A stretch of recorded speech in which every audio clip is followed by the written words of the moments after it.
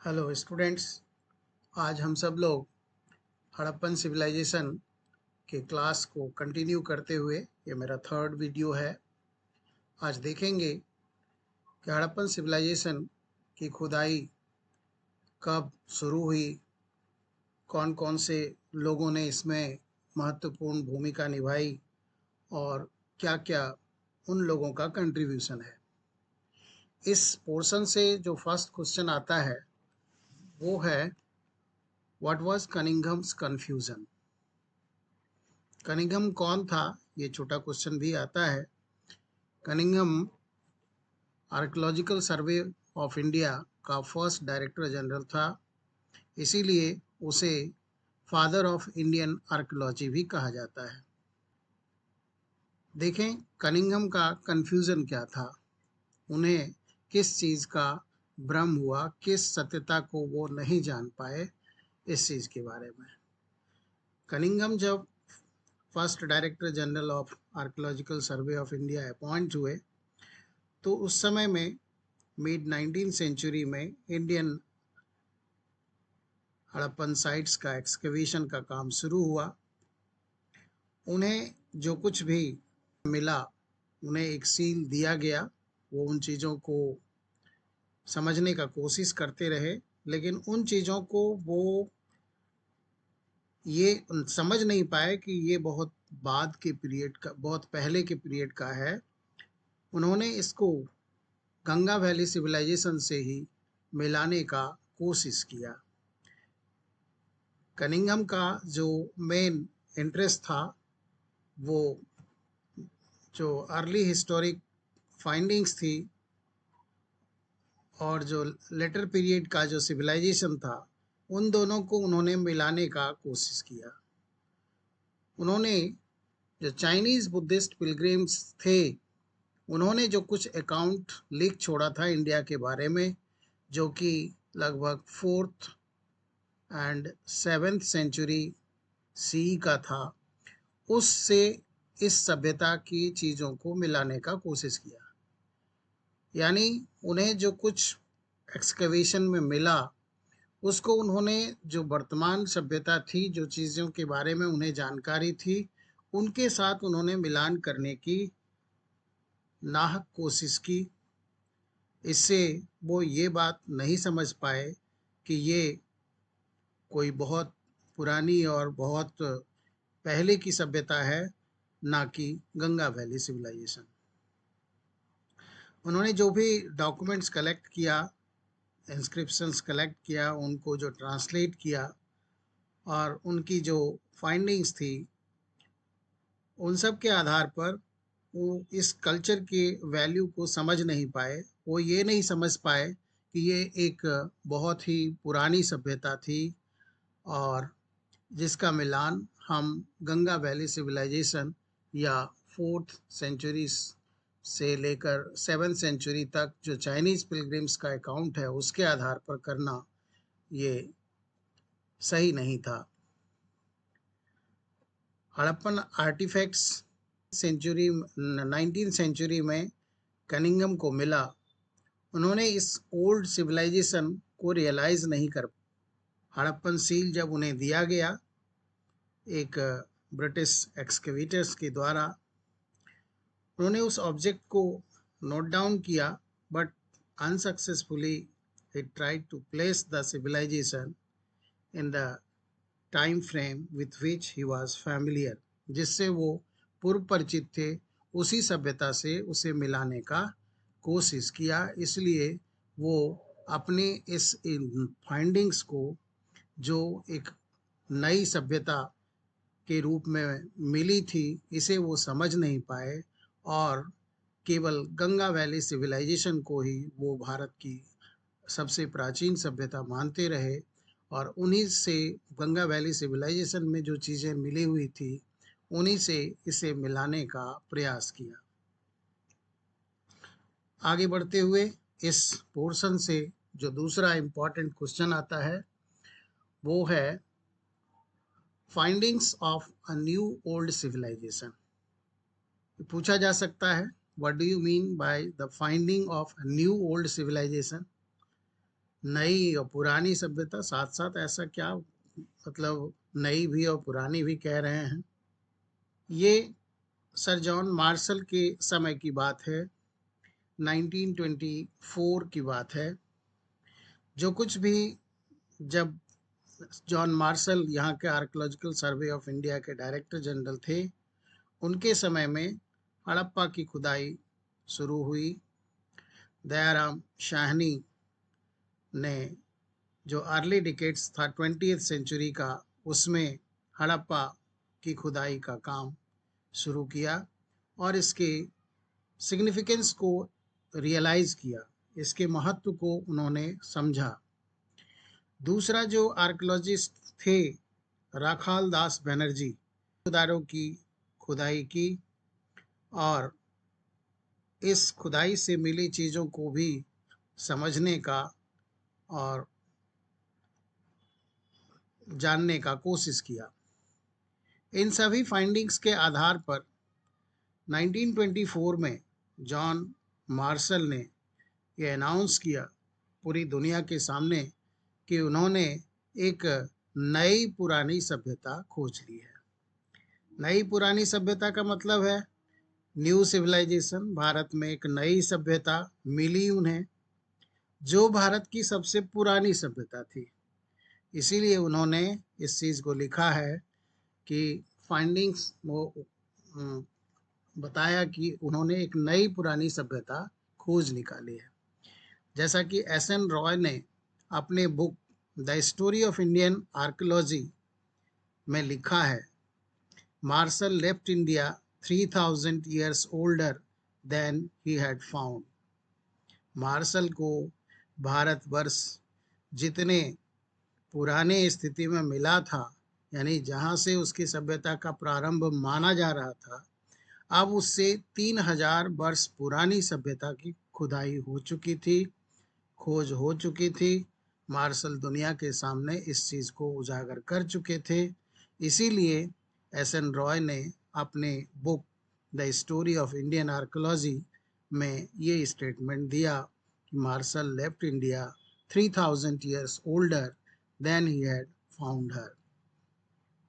वास्तव में director general जो जॉन मार्शल थे, उन्होंने एक मेजर चेंज इंडियन आर्कियोलॉजी में लाया। उनके समय से ही इंडियन आर्कियोलॉजी अब इंटरेस्टेड हो गई कि ये तो बहुत पुरानी सभ्यता है और क्या क्या चीज़ें ऐसे पुरानी सभ्यता से रिलेटेड मिल सकती है।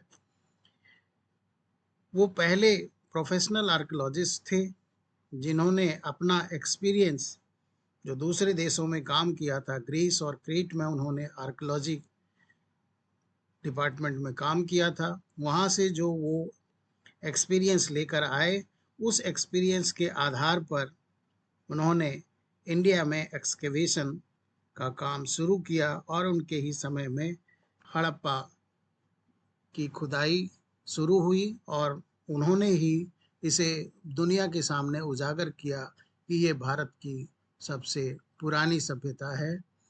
उन्होंने कहा कि ये नई सभ्यता का पता लगाए हैं, लेकिन ये तो भारत की पुरानी सभ्यता थी।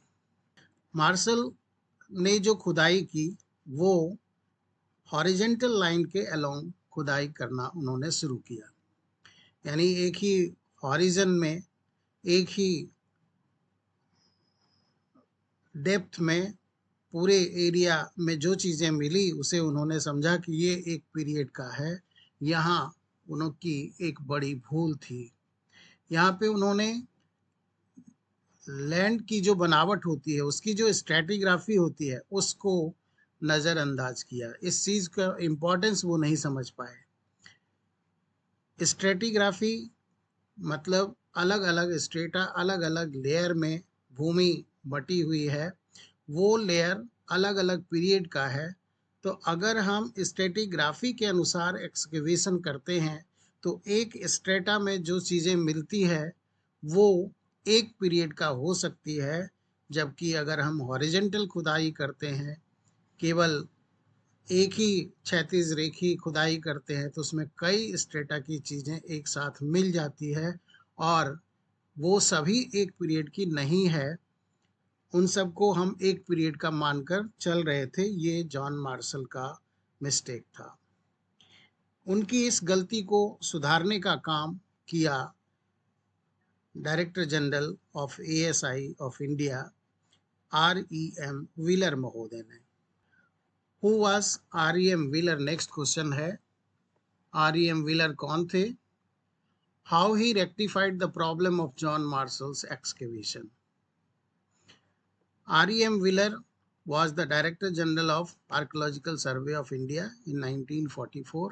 मार्शल का रेगुलर हॉरिजेंटल यूनिट में जो एक्सकेवेशन का काम चल रहा था उसको सुधारने का काम किया।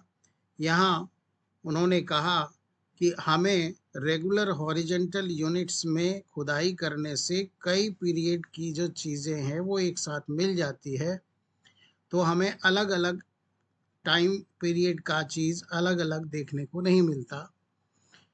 अगर हम इसको स्ट्रेटिग्राफी के अनुसार एक्सकेवेशन करें, स्ट्रेटा के अनुसार एक्सकेवेशन करें, तो वो एक पीरियड का होगा और उससे सही जानकारी हासिल होगी, उससे एक पीरियड की चीज़ें मिलेंगी देखने को, और हमारा जो स्टडी है वो ज़्यादा बेहतर होगा।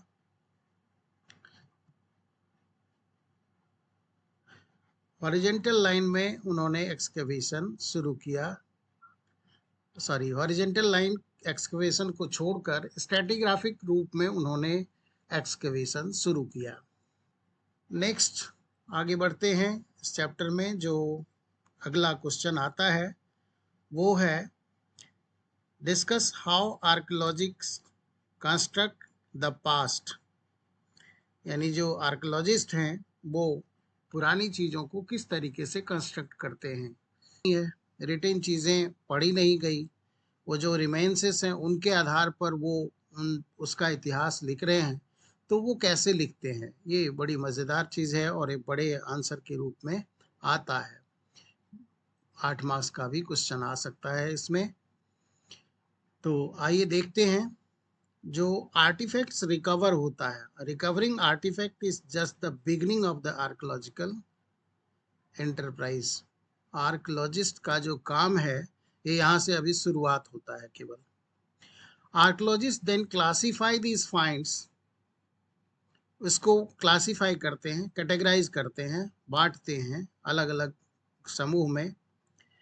एक जो सिंपल क्लासिफिकेशन का तरीका है वो देखते हैं कि मटेरियल कौन सा है, स्टोन है, क्ले है, मेटल है, बोन है या आइवरी है, कौन सा मटेरियल है। दूसरा जो क्लासिफिकेशन का तरीका है वो है ज़्यादा कॉम्प्लिकेटेड तरीका। इसमें आर्कियोलॉजिस्ट ये डिसाइड करते हैं कि वो जो आर्टिफैक्ट ऑर्नामेंट है या दोनों चीज़ें हैं, टूल भी और ऑर्नामेंट भी है ना, कभी कभी वो ये भी इसको देखने का प्रयास करते हैं कि वो किस लिए बना है, पर्पस क्या था उसका, उसका यूज़ क्या था, है ना। जो भी फाइंडिंग्स है उसका फंक्शन क्या था, आर्टिफैक्ट्स के रूप में है या उसका शेप साइज क्या है, रिजेम्बलेंस आज के समय से वो किन चीज़ों से मिलता है, किन चीज़ों के जैसा दिखता है, ये काम करने का कोशिश करते हैं। वो ये जानते हैं कि क्या ये बीड्स है या क्वेरन है या स्टोन ब्लेड्स है या पॉट्स है, इस तरीके से वो उसको समझने का कोशिश करते हैं। Archaeologists also try to identify the function of the artifacts by investigating the context, किस संदर्भ में वो चीज़ मिला है, किस परिप्रेक्ष्य में मिला है, उससे वो इसका काम जानने का कोशिश करते हैं कि इसका क्या यूज़ होता होगा, उस समय के लोग किस चीज़ में यूज़ करते होंगे। वो ये पता करते हैं कि ये जो चीज़ें मिली है, घर में मिली है, ड्रेन में मिली है या ग्रेव्स में मिली है या केल में मिली है, इन चीज़ों को जानने का कोशिश करते हैं। कभी कभी archaeologist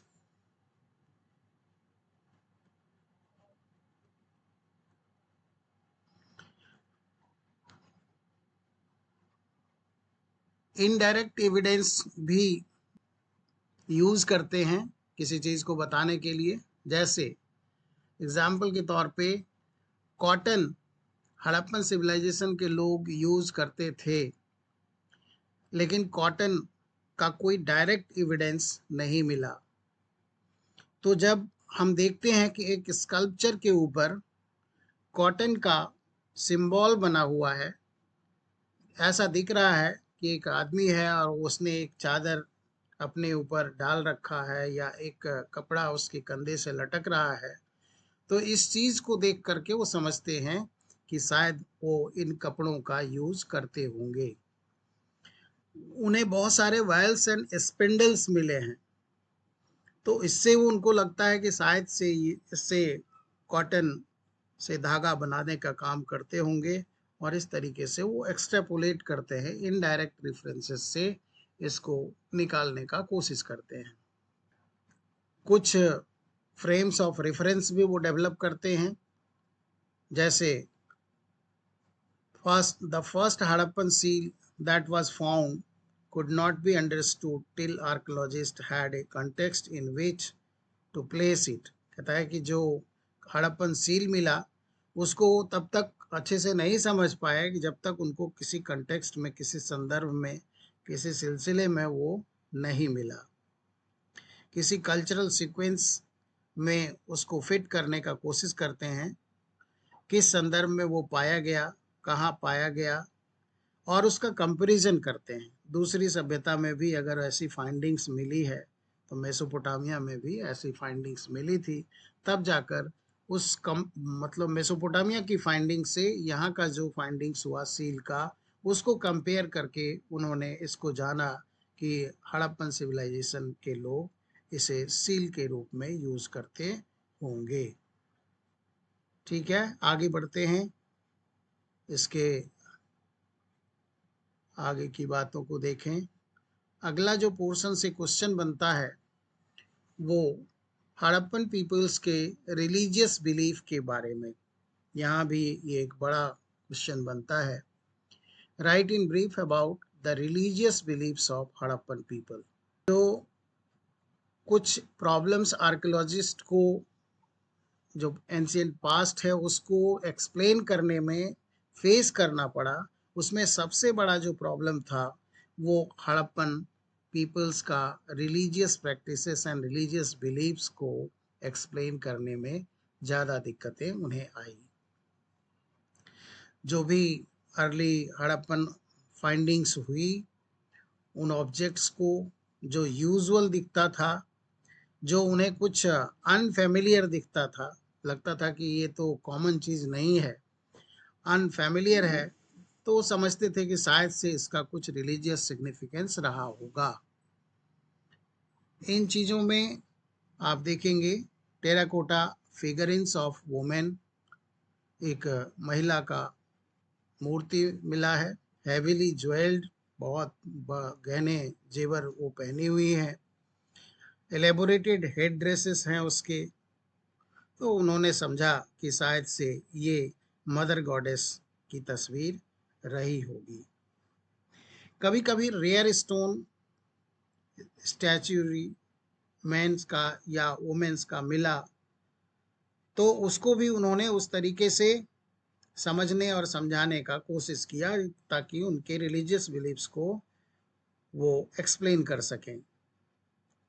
rare stone statuary of man in an almost standardise posture, standardise posture में है, seated with one leg on the knee, एक पैर घुटने के ऊपर रख। तो ऐसा इसको उन्होंने क्लासिफाई किया कि शायद से ये प्रेस्ट किंग का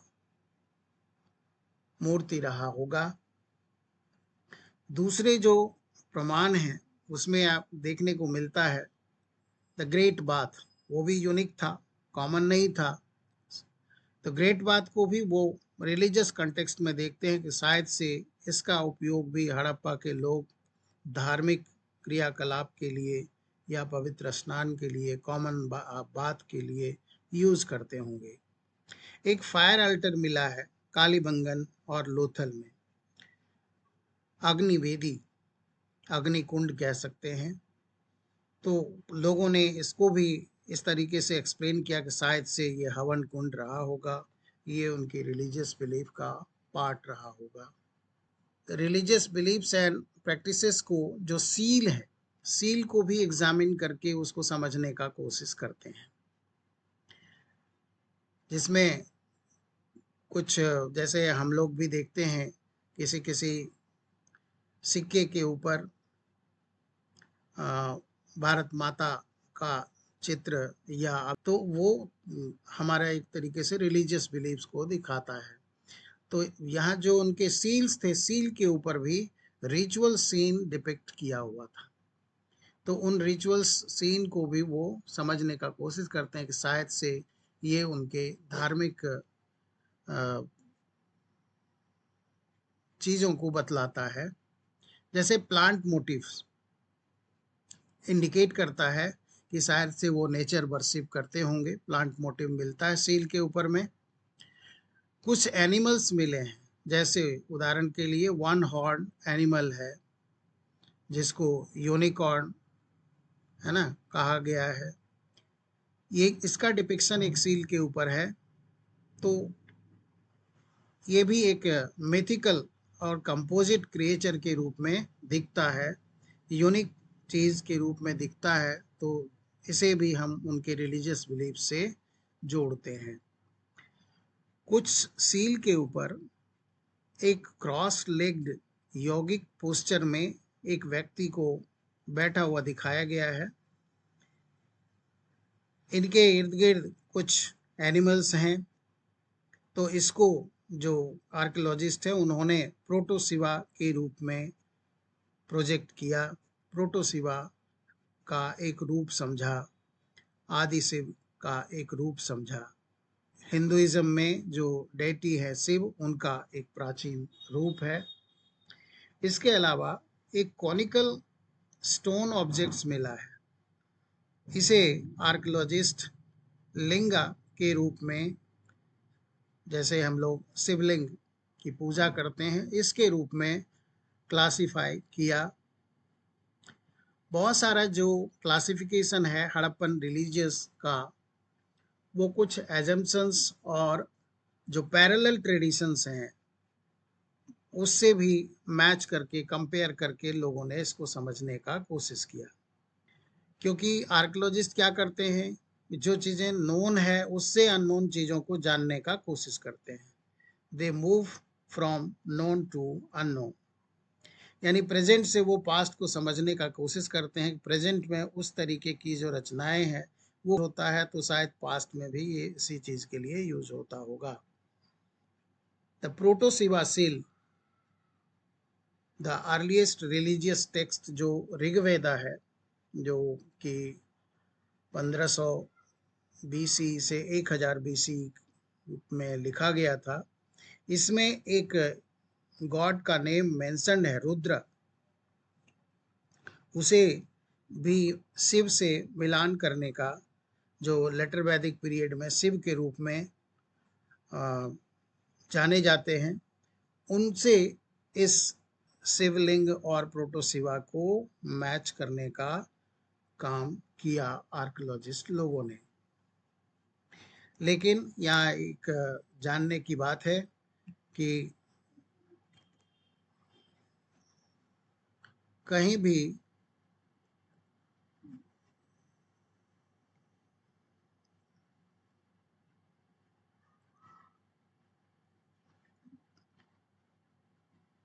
unlike Shiva, Rudra in the Rigveda is neither depicted as Pashupati. Rigveda में कहीं भी रुद्र या शिव को पशुपति के रूप में, लॉर्ड ऑफ एनिमल्स के रूप में कहीं भी चर्चा नहीं की गई है, और न ही कहीं योगी के रूप में की गई है।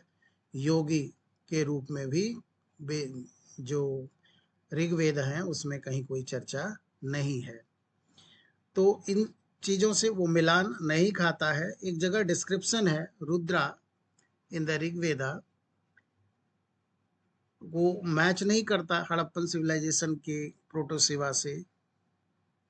या हो सकता है कि ये शायद से उसके सैमन्स रहे होंगे, प्रतिरूप रहे होंगे। यहाँ पे प्रोटोसिबा और मदर गॉडेस का तस्वीर आपको देखने को मिल रहा है। टेराकोटा मॉडल ऑफ कार्ट है। कुछ कॉनिकल ऑब्जेक्ट्स हैं, पता नहीं का प्रतिरूप रहा होगा या इसे कोई खेल के लिए उपयोग करने वाले, जैसे हम लोग गेम्समैन कहते हैं, ये गेम्समैन है या लिंगा है, इसको हम निश्चित रूप से नहीं कह सकते। इस तरीके से आर्कियोलॉजिस्ट पुरानी चीज़ों को जो फाइंडिंग्स है उसको समझने का कोशिश करते हैं। That is the end of today's class.